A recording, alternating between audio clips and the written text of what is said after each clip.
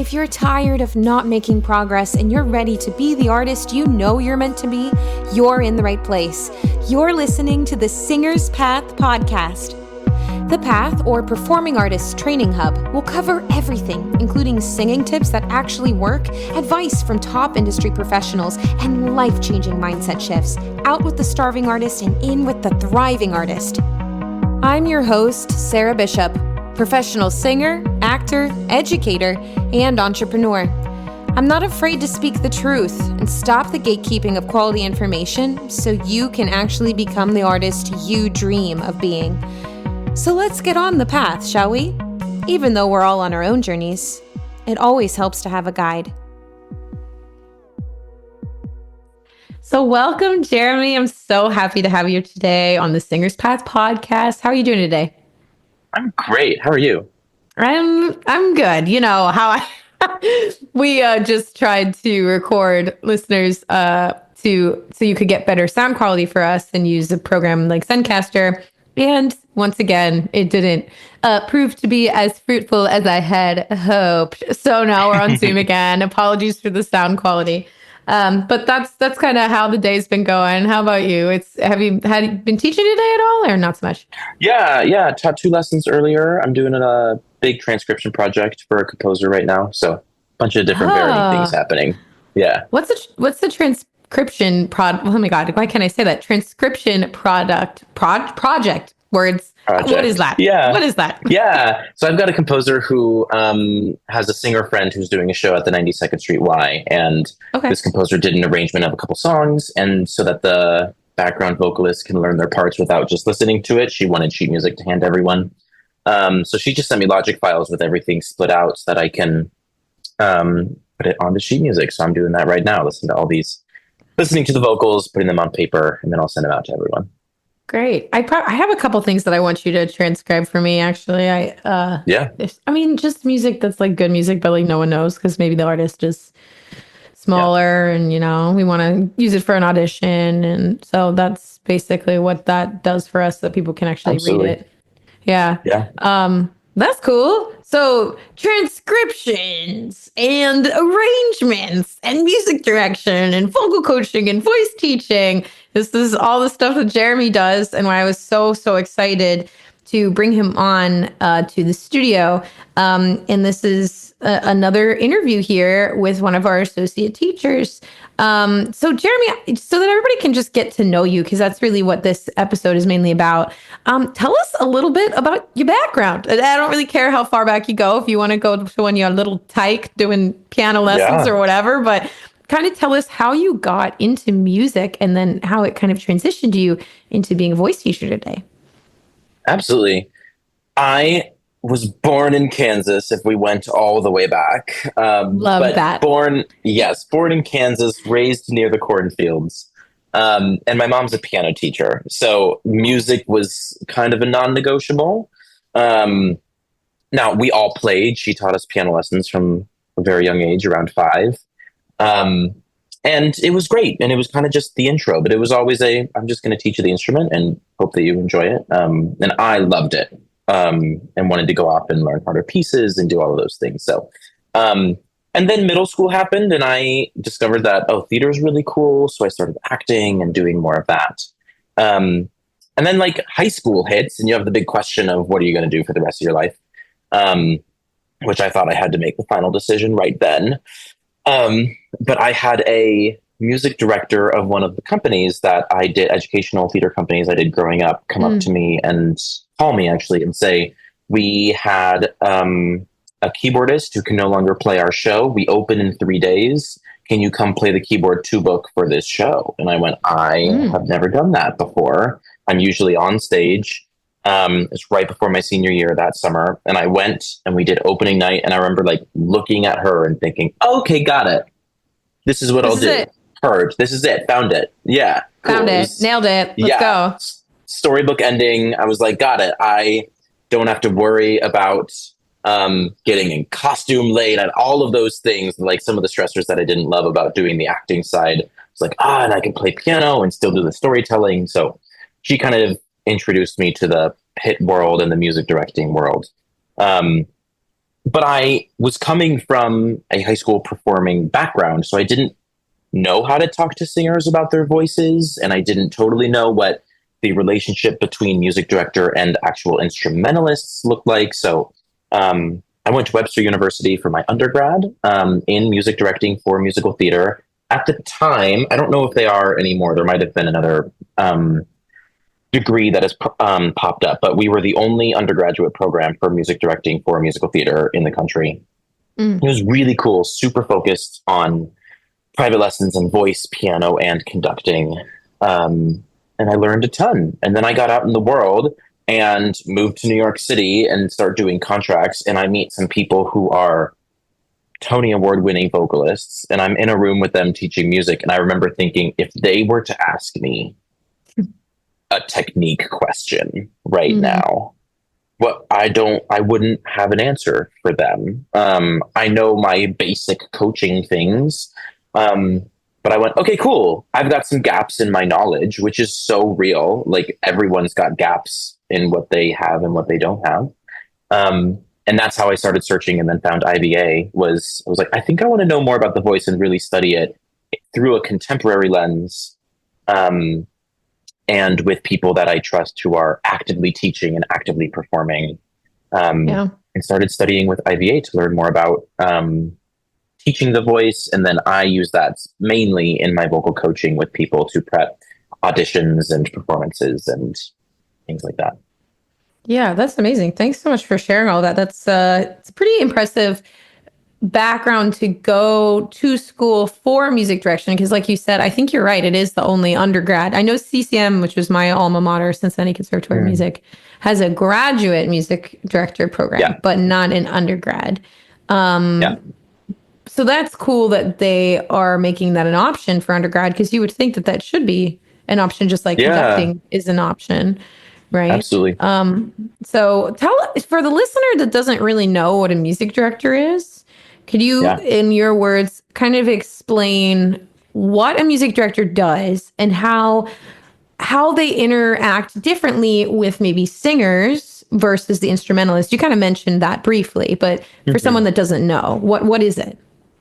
Yeah, absolutely. And just the caveat of like, every music director is going to have a different definition of this is kind of this nebulous position. But the best way that I describe it to people is you've got the director. So in a movie, Steven Spielberg is your director of the film, and they're the big name that gets put on something. It's quite similar in musical theater, where you have the director that oversees the whole thing.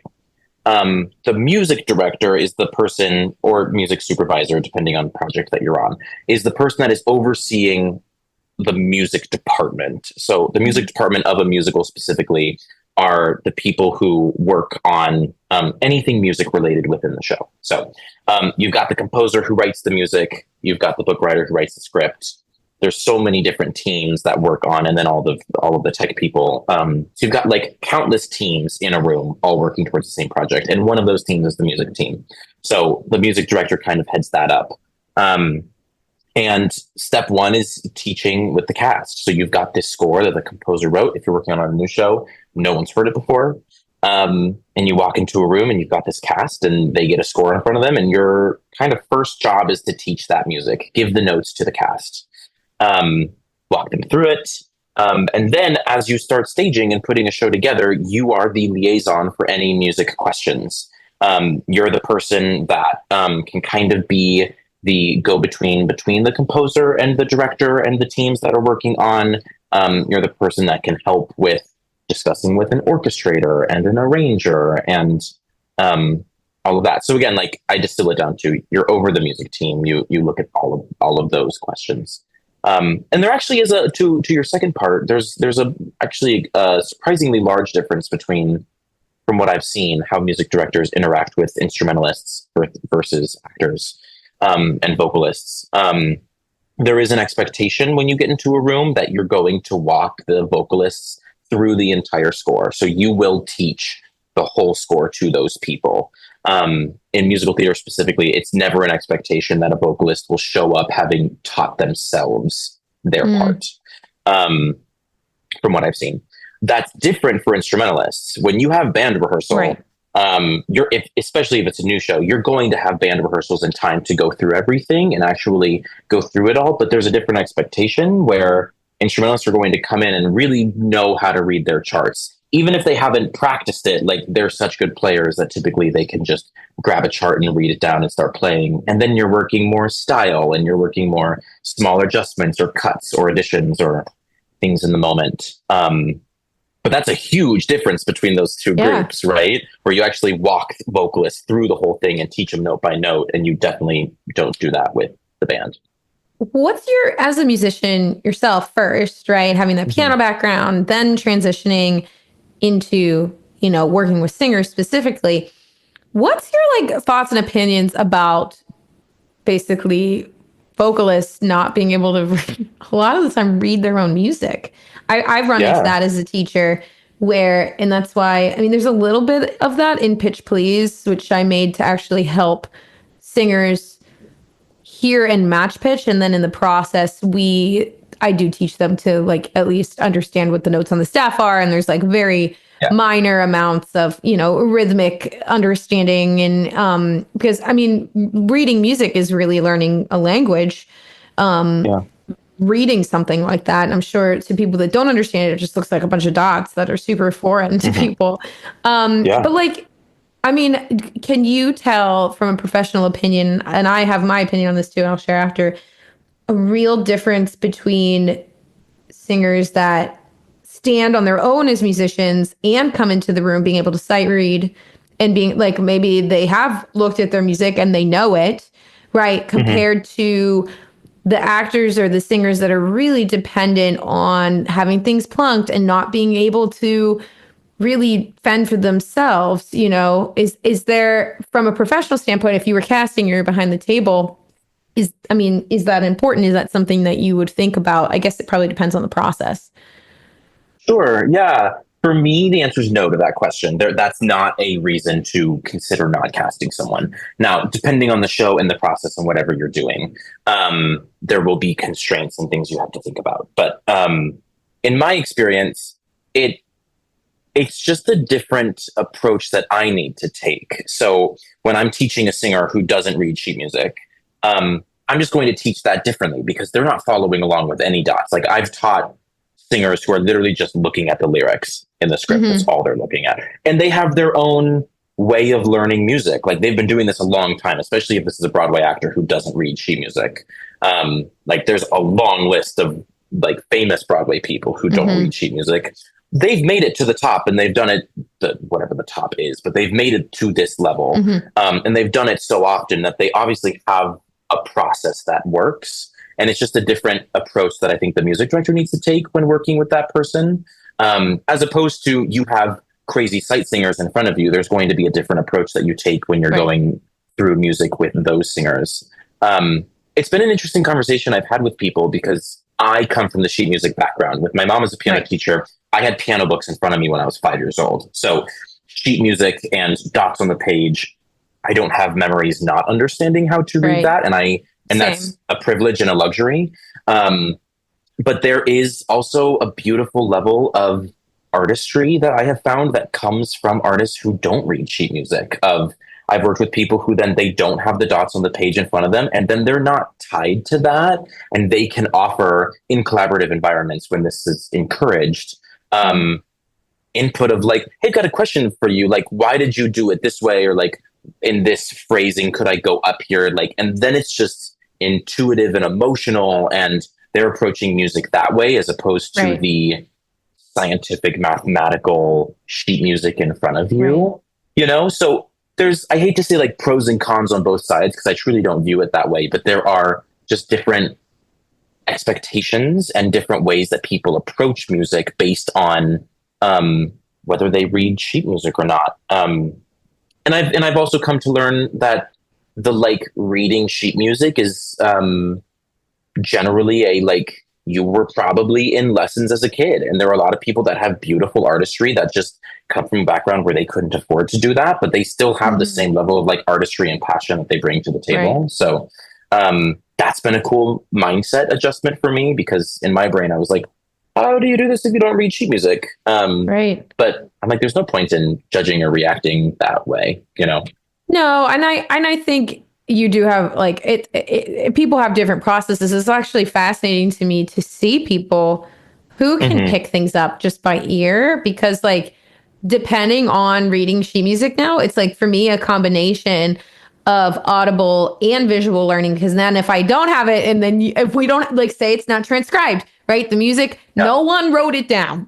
Okay, and they're like, hey, here it is, learn it by ear. I will have to take a pencil and stop music and transcribe it myself on the spot. And that happened a lot when I was like trying to collaborate songwriting. Like I'll be writing a song with someone that doesn't read or is so fast, so fast at hearing and replicating.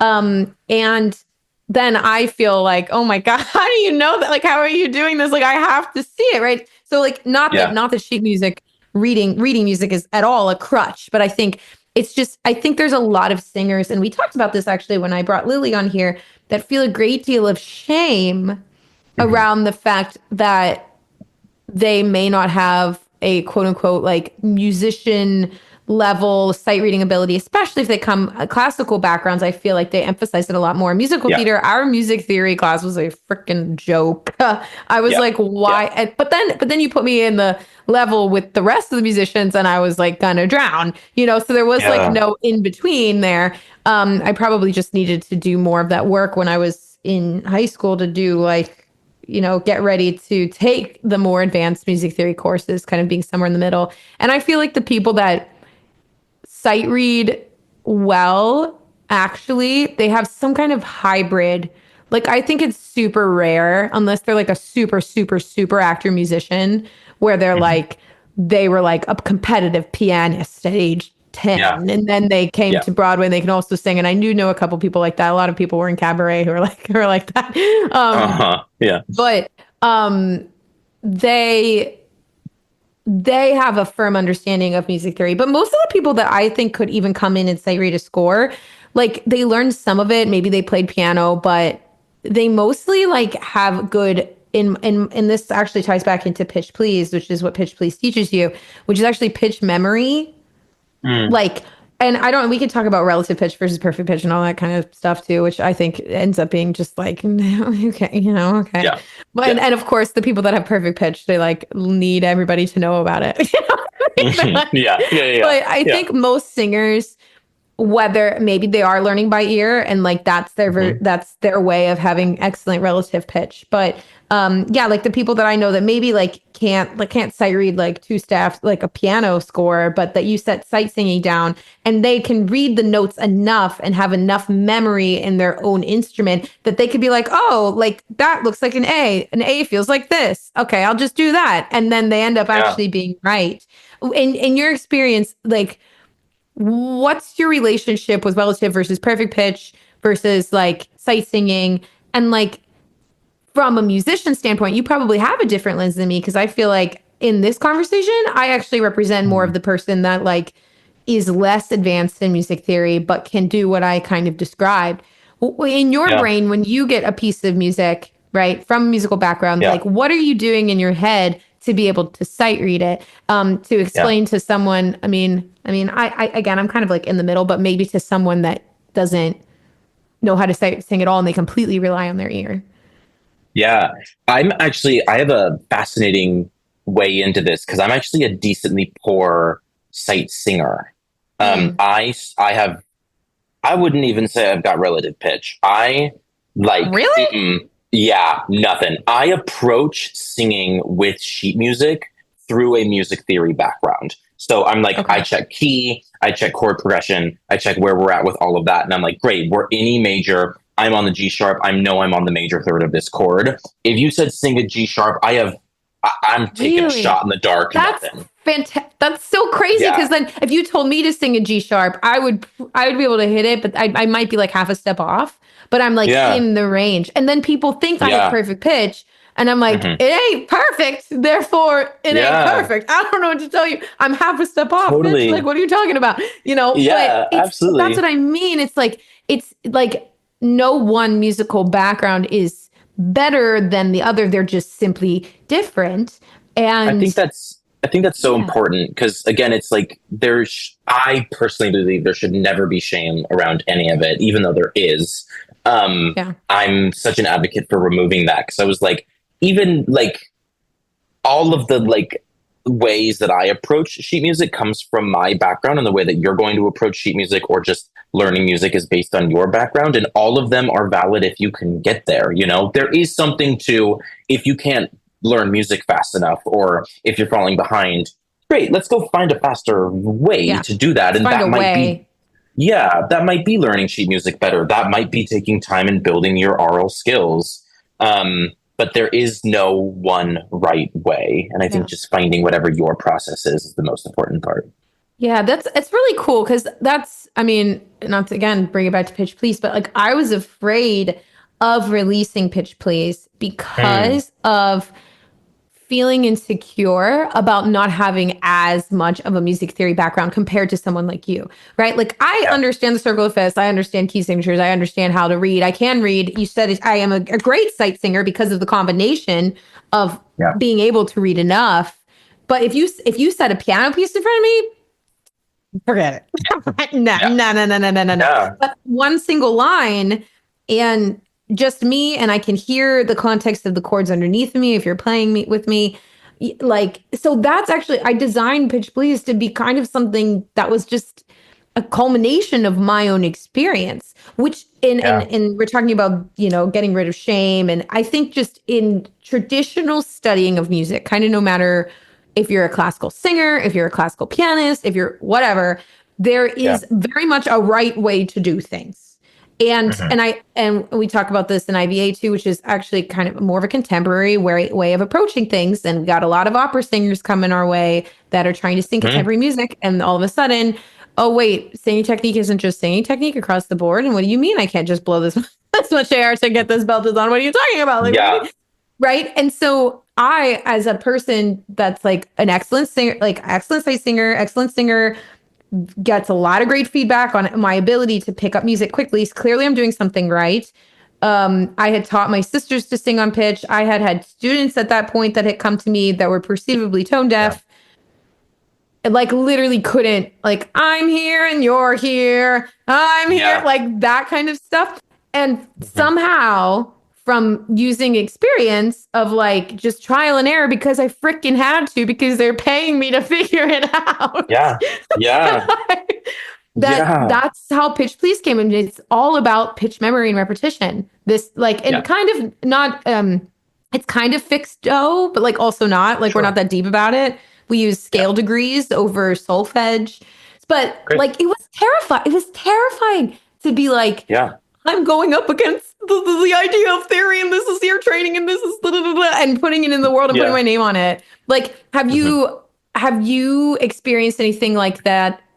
As far as, I mean, maybe, and this will kind of segue into calling yourself a singer, but this whole like almost imposter syndrome of being like, oh shit, like I know I have something to offer. This clearly works, and I know there's something special here, but like I am so afraid to show up in this. Like this is very vulnerable.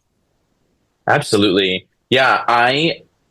The first, like, my experience with that was when I was auditioning for my undergrad program in music directing. Part of the audition was a sight reading on piano exercise. And you walked into the room and there are 5 people behind the table, and the chair of the program walks up and puts a piece of sheet music in front of you. And it was like, you can look at it for 30 seconds, but then play and I'll sing. And it was a musical theater piece. And he put C'est Moi from Camelot in front of me, which is a big number. I fell flat on my face playing that song just so hard. I mean, like I played piano growing up, but I didn't really discover musical theater piano until a year before 6 months before I was auditioning for college. Right. So sight reading was never really something I had to do. I could take as long as I want to learn a piece of music. But then I got into the program because he was like, we don't need you to be a perfect sight reader to get into this program, but you're going to work on it. So then I spent 4 years and worked on sight reading, and now it's a luxury to have any voice student come in and I can just pull sheet music up and play along with them. Yeah. But again, that's just such a learned skill. So there absolutely was imposter syndrome of, I don't know how to do this. I don't know how to read this. But I don't for me, that wasn't a reason to stop or to not try to learn how to do it. It was just yet another skill I needed to build, and spent 4 years building said skill. Similarly, which is actually not similarly, the opposite of that was I had been on stage since 8 years old.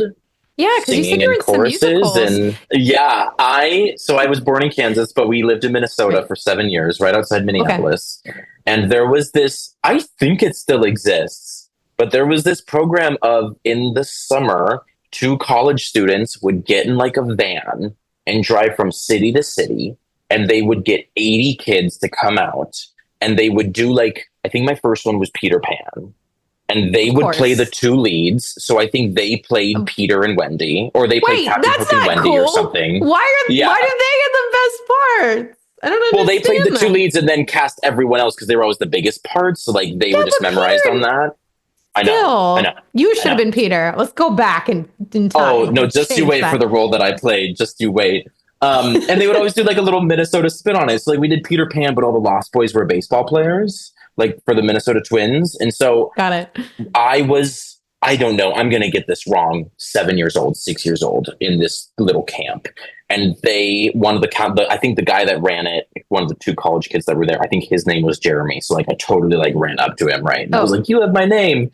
And he was like, I've got this part for you. And they made me a blind umpire. But like, because the Pirates and the Lost Boys, I had 2 eye patches on to make fun of the Pirates. And I just called everyone out the whole time. So I was like 6 years old in Peter Pan, totally loved it. It was all make believe and dress up. And then my middle school had like a theater program run by like the English teachers, and it was lovely. And I like ate it up. And then high school came, and I went to this high school that had a great program in Kansas that, they did huge classic musicals with big sets, and I like ate it up. But was also doing community groups. The suburbia that I grew up in Kansas had, I like to say, you could throw a rock and you would hit an educational theater company, no matter which way you turned. So there was a ton of opportunity to learn. So I was probably doing 6 or 7 shows a year. Wow, that's a lot. From 7th grade to when I graduated.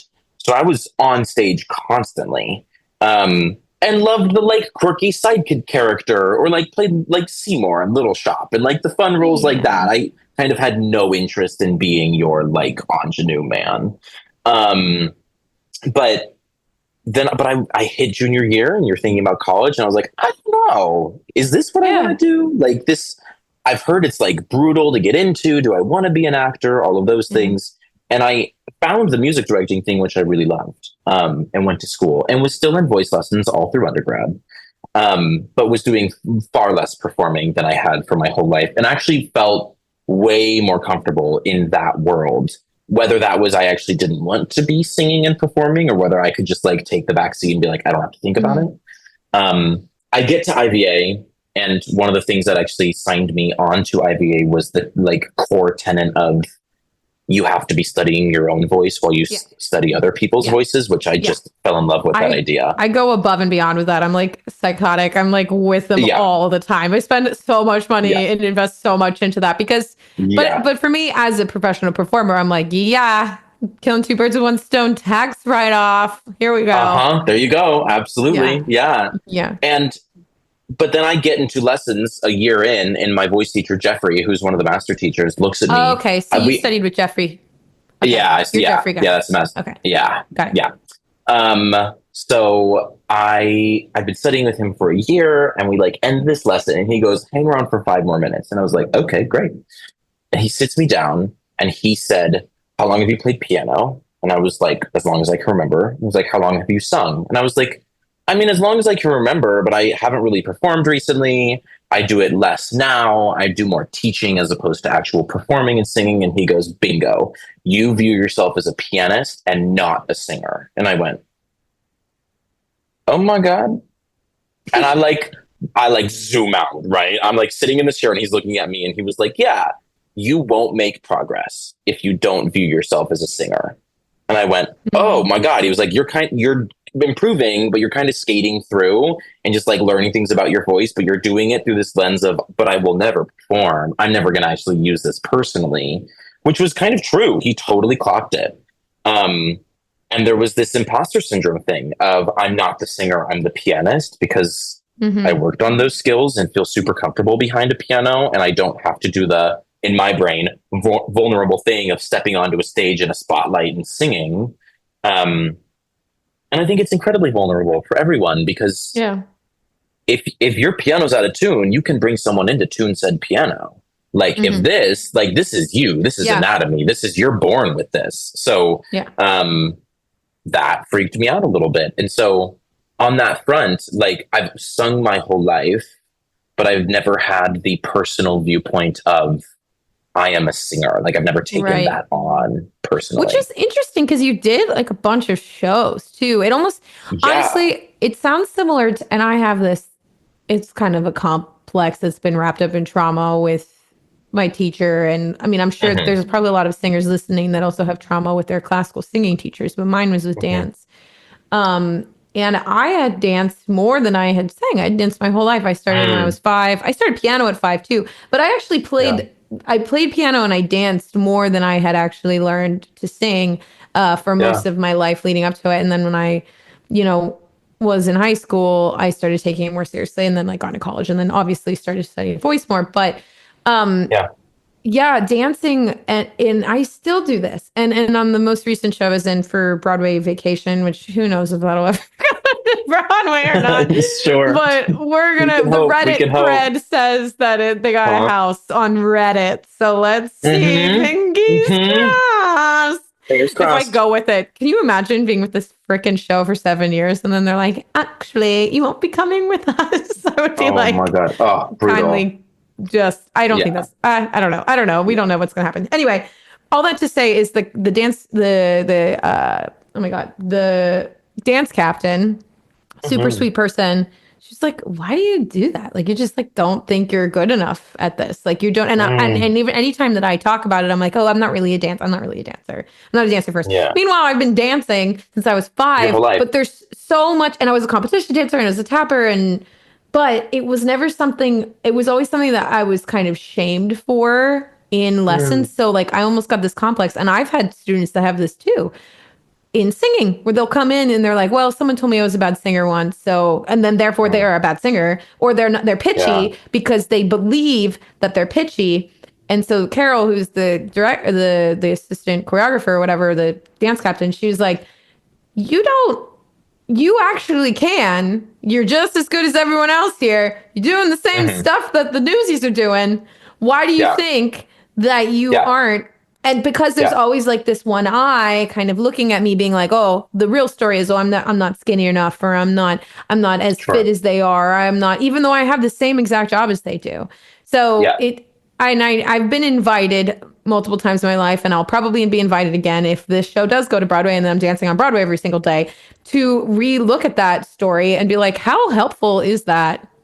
Yeah, absolutely. There is some very real like pivots that I'm trying to make. Like, do I actually want to dance? Do I want to be a dance ensemble person? No, not really. If I'm honest, sure. So I think there's part of like being labeled as that, being like, and again, this is kind of getting away from the thing, but like there's parallels, right? It's just everybody has their thing. And I think other people in the industry labeling me as a dancer for so long, and then being like, actually, that's not even what I like, and that's not even what I'm good at. So it's like this combination of viscerally being like, I'm not a dancer. I have all these stories. I have all this trauma. I'm just going to shut this down. Don't look at me this way. And on the other hand, am I sabotaging myself? Who's to say? Don't know. Yeah, absolutely. Totally. And I've actually spoken with my therapist a lot about all of this, because I had like therapy the day after Jeffrey told me you don't view yourself as a singer. And I like go into therapy and I'm like, I think my life just ended. Jeffrey straight down like was like, there's something wrong with your voice. You need to go to the doctor. And I was like, okay, what's the doctor? My voice was fine, but it was fine. Jeffrey is a brilliant teacher. Sometimes he's a little funny, but sometimes he's brilliant.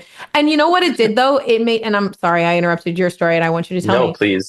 But it had me sit down, and it had me, he kind of, and he did this to me too. He was like, you cannot be a performer and a teacher the way that you want to be at the same time. And I remember at the time I was like, yes, I can. Like, when you telling me, but like, actually, he's kind of right. Like, you cannot teach 8 hours a day and use your voice like that and then think you're going to be okay. And you're gonna bounce back and perform. It's just it's just too much use. And so anyway, he basically sat me down and was like, yeah, you should go get that checked out. And then I did, and it just opened up like, hey, I need to look at how I'm doing things. So Jeffrey maybe drops some truth, and then sometimes he just be saying some funny stuff. But like, for you, okay, so you went to therapy. I'm so sorry I derailed you. So you went to therapy. No. Talk to your counselor. What did they say? Yeah. So I was talking to him about this, and just because he was like, did something happen? Like, when you were in high school, were there people that were saying things that you internalized really deeply, or like speaking to what you were saying about trauma and all of those things? And I was looking back and I was like, I don't think so. Like, I didn't have a visceral memory that popped up, and I didn't have someone being like, you have a bad voice, or I loved what I did, and I had great people around me, and it was actually a very uplifting environment, which I was so fortunate to grow up in. But I internalized, I think, specific things incorrectly. Not incorrectly, like, it was all valid how I internalized them, but like I said, I always played the quirky sidekick guy, but that meant I was never cast in the like lush ballad tenor lead, you know? And so I was like, I can do the character voicey thing, but then most shows that I was doing, I wasn't using the quote real voice of Jeremy, you know? But I was also the classic story of your bass. I'm so not a bass, but I could sing the low notes. So in choirs, I was singing low. And I would just pull all this weight up. So I didn't know how to go above my first passage. I had a weighty first passage or like a light head voice. So I wasn't going to play the tenor in any of the shows because I didn't know how to hit the notes. But I also didn't have a teacher who, now my voice was still changing, but I didn't have an IVA teacher to walk me through all of those adjustments or things. I had a great high school voice teacher. He's actually really awesome. But there was a lot I was still learning. And so I was internalizing those things in a way of, okay, great. So then you're just not a singer. You can do the character voicey thing and people love to laugh. And you can do that. And I had a great time. And I loved making people laugh. But I internalized a lot of that. And I think that actually did adjust my college search. If I was like, why would I go into performing if I can't get those jobs? And I wasn't a dancer. So I was like, so I'm probably not going to do the dancing ensemble thing. So I was like, I don't think I want to do the performing route. And I'm glad that I didn't. I love my career. I love what I do. I love the path I chose.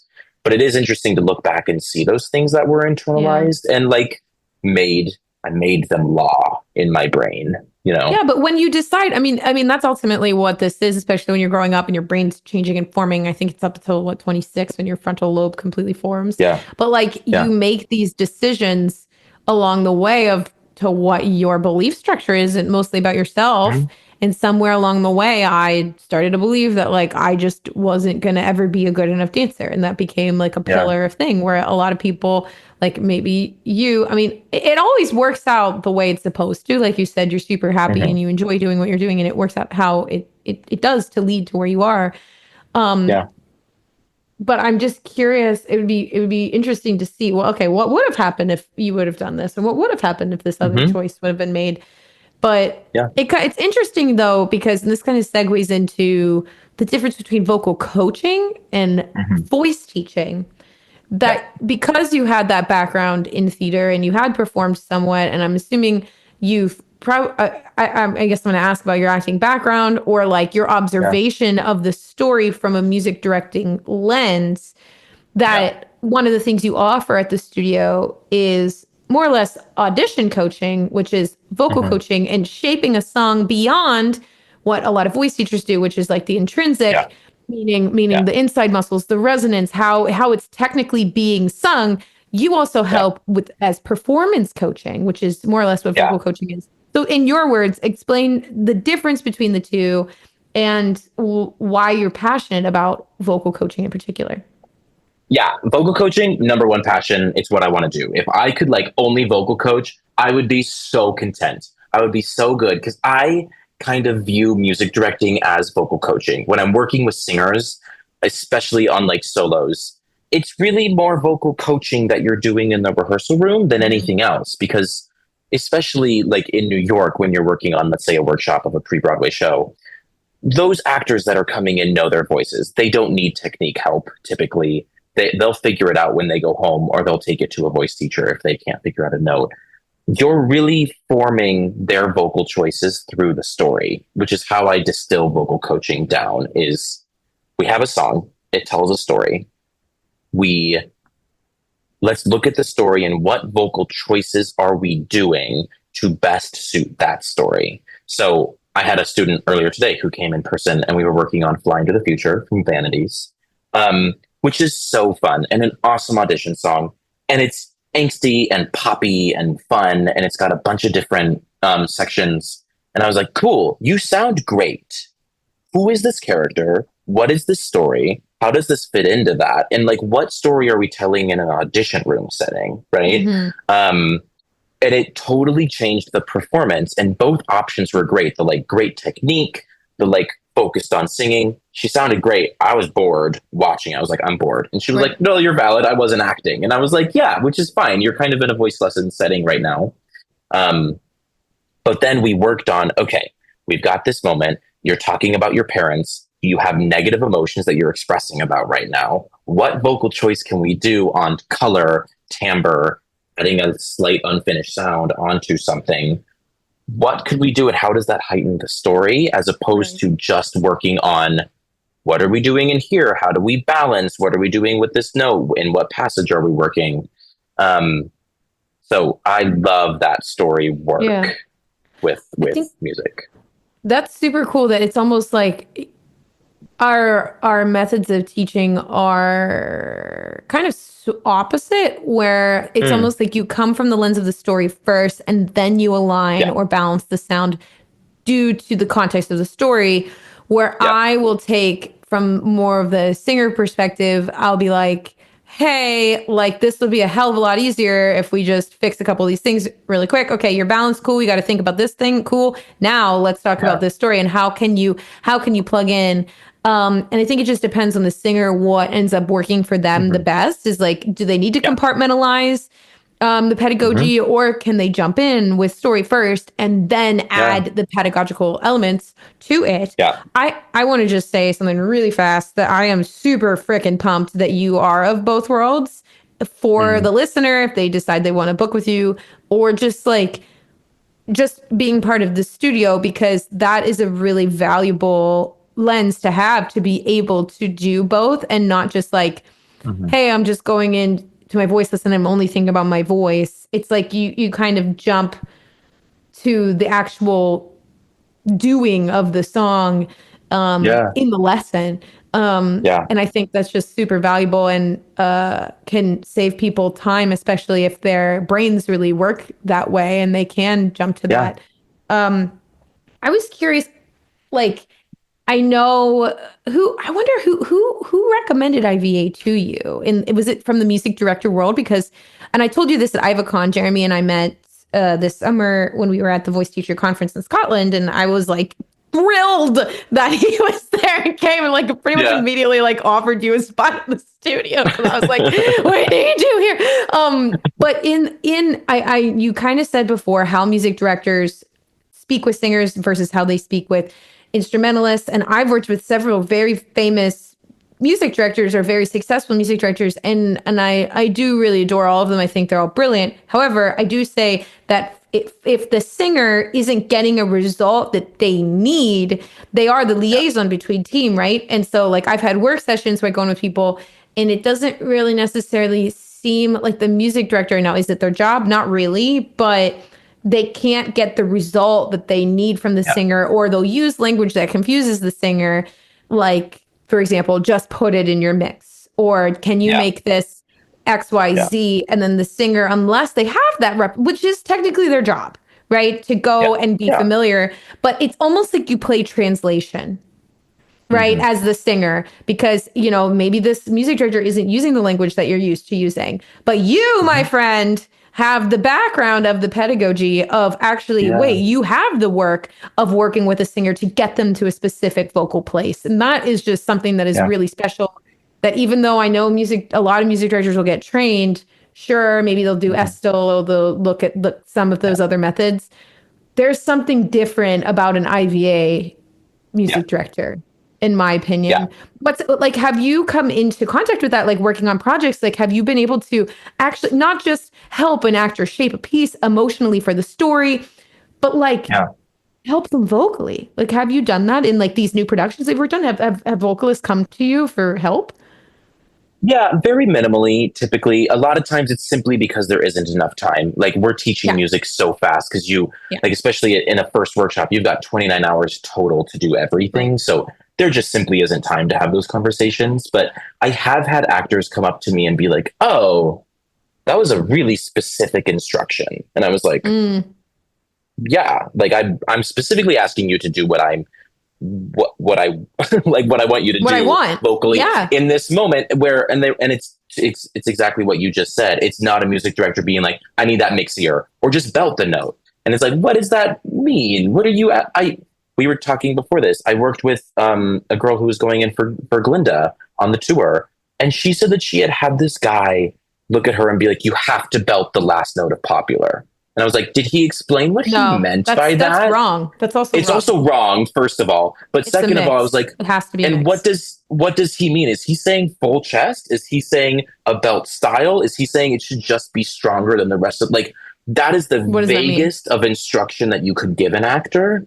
So I've had actors say, oh, cool, I know exactly what you're looking for because I can use more specific contemporary language with them.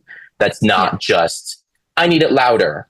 Or why are you yelling? Like, that's just not helpful for anyone. Right. So I think, whereas I haven't had a ton of time because there isn't time to actually sit down and be like, let's work this and actually talk the technique of it. I'm just able to be quicker because I have the knowledge of what I actually want them to do from a pedagogy standpoint. Right. Well, I mean, and this is also just I think being a singer or someone in music.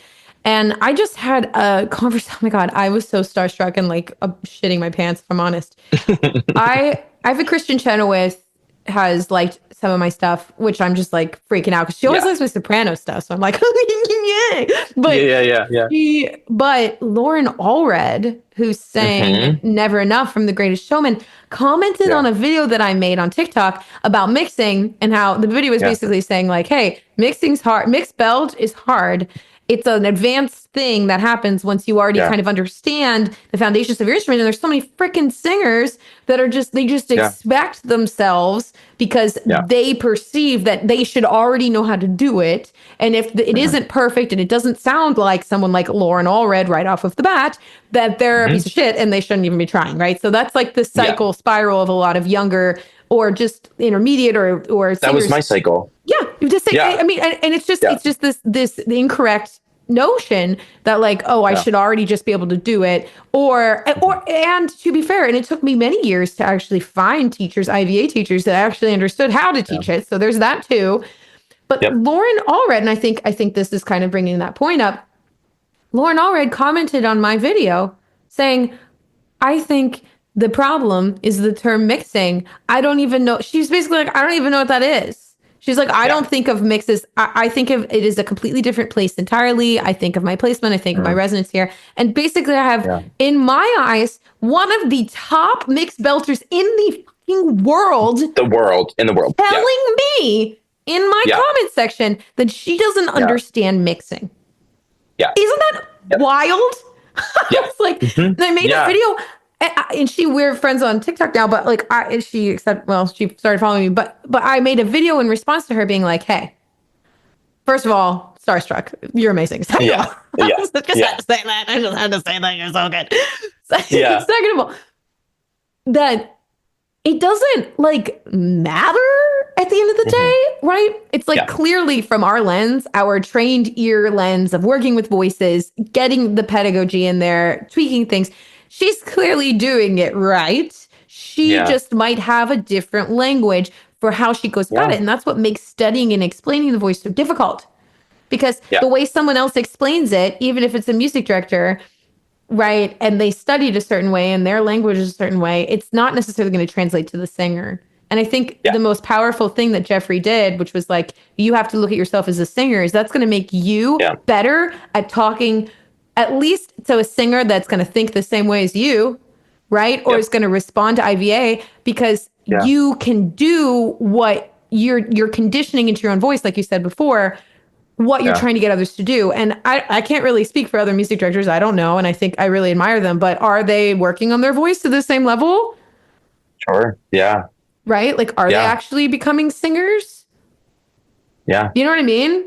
Anyway, yeah, I tied 4 things into there, but no, I hear you. And it's been really, what's really cool for me is a lot of the connections and people that I'm consistently working with in New York are very vocally forward people. I've always had vocally forward interests. Like, I mean, I was in an a cappella group in high school, and like I did one in college, and like I love choirs, and everything voice related is fascinating to me. And like the shows and the composers that I work for consistently love or are vocally forward, which I think is really cool. Whereas I wouldn't know how to have a conversation personally on like the orchestration front and the specific uses of like, when should a bassoon be like brought out within the texture of like, that's not my world. And that's totally cool. So I'm finding like there's room for all of it, but I do think it's important because so much of the music directing job is working with vocalists. That's a large part of the beginning. I do think it was important to me to have the knowledge of how to actually talk to these people. And to what you said, there isn't one script. Like, there isn't a script that everyone's going to understand. So even to just have options of how to approach people, like some people won't understand when you give the word mix, like what you were just saying. Yeah. But like, you still have the same goal that you want to arrive at. So what's your other route to get there, even though the specific terminology you're using isn't doing that? Right. Yeah. Like, what's another way to get the singer there? Is it, and I mean, in teaching and working with people, I've noticed that there are certain categories in which certain brains work. So it's like, are you an audible learner? Are you a visual learner? Yeah. Actually, again, I'm this like the 5th freaking time I'm talking about pitch plays, but that was a big part of discovering how to teach people pitch. If they can't hear it or they don't know what their bodies, most of the time they can hear it. They just don't know how to get their body to do what it's doing. So how do you teach someone that clearly doesn't learn that way? Because if they did learn audibly, they would be able to match it. How do you teach something like that in a different way? How do you visually represent something? How do you censor, like how do you customize it to that person's learning ability? So to have the background in the knowledge and the wherewithal when working with singers, whether it's a fast-paced thing, a 29-hour reading, or like I see you, Jeremy, at some point like being like the resident music director of like X Broadway. Like, what's your vision for this? Because I mean, and I think I'm pretty good at this. I'm going to say this because on this last podcast that I had called Jack of All Trades, that was my whole COVID project, was like looking at people that I admired and being like, I know there's something special about you. And then I'd bring them on and they talk. And like a lot of them kind of took off actually after the podcast aired. Cool. But like, you're like, cool. I love that from me. I love that. You're like, I love that. Let's go. Cheers. Cheers to that. But like, what is your vision for yourself with this? Because I'm clearly pumped about it, but I don't know. No, that's such a good question. Leaving high school and then really early into college, I had like the goal, right? When you don't have all of the information, I was like, Broadway, the goal. I will be there someday.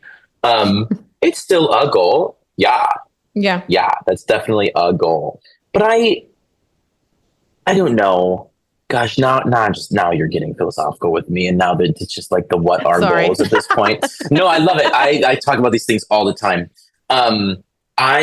I have a ton of goals, which I think is really cool, and they're getting more expansive by the year, which I think is really cool. I have really loved the vocal coaching thing. It's not something that I would ever want to stop.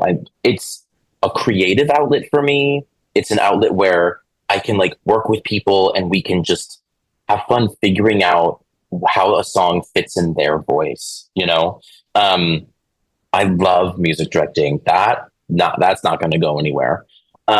So I'm finding I've got like, everyone's got their like tool bag, and I've got this tool bag that is a very special set of skills, and they kind of are all overlapping in the music directing, voice teaching, vocal coaching, accompanying, piano. Like these worlds are overlapping more and more for me, and it's all in my brain in the lens of just creating,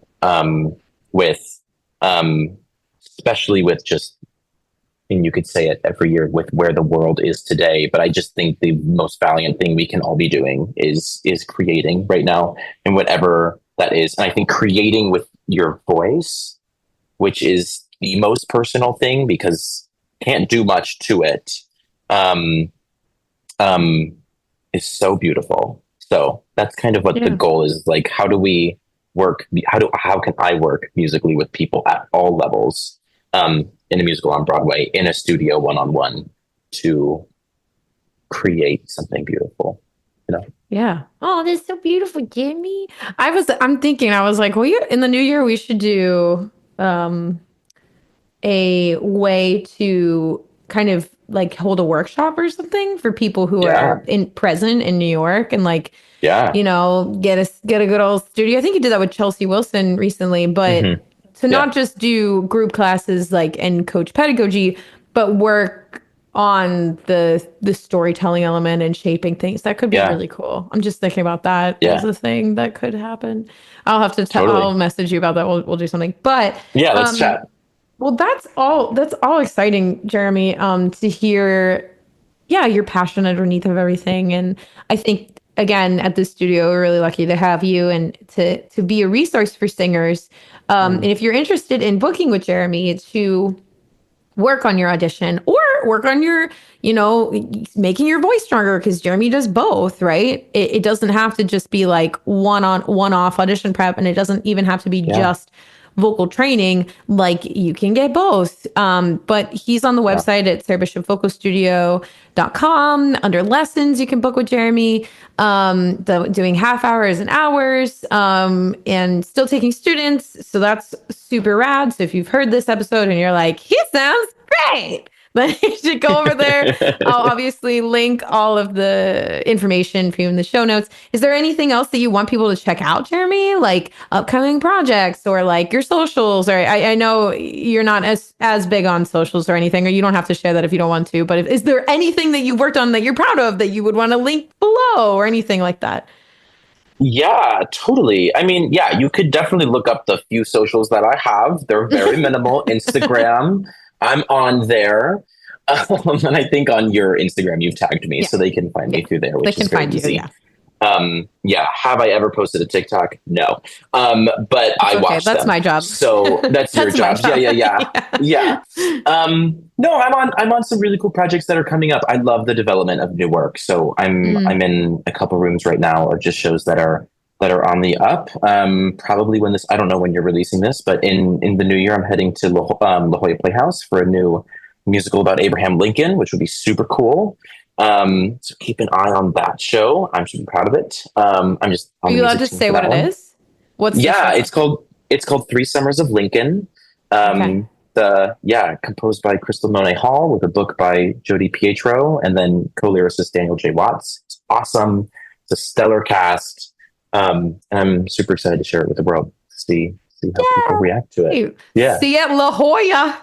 Woo-hoo! Yeah. That's in San Diego in January. Yeah. San Diego in January. Wait, when are you back? March. I'll be back in March.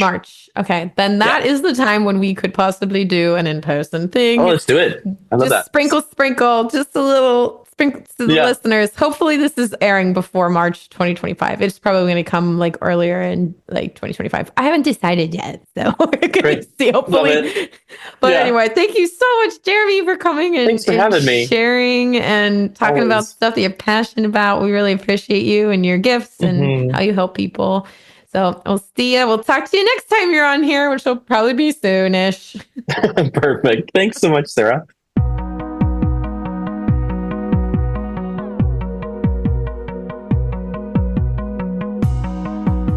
If you enjoyed this episode, please leave a 5-star written review on Apple Podcasts.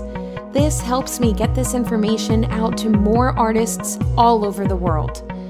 Let's work together to spread the joys of music. Until next time, I'm your host, Sarah Bishop, signing off from the Singer's Path podcast. Thanks for listening.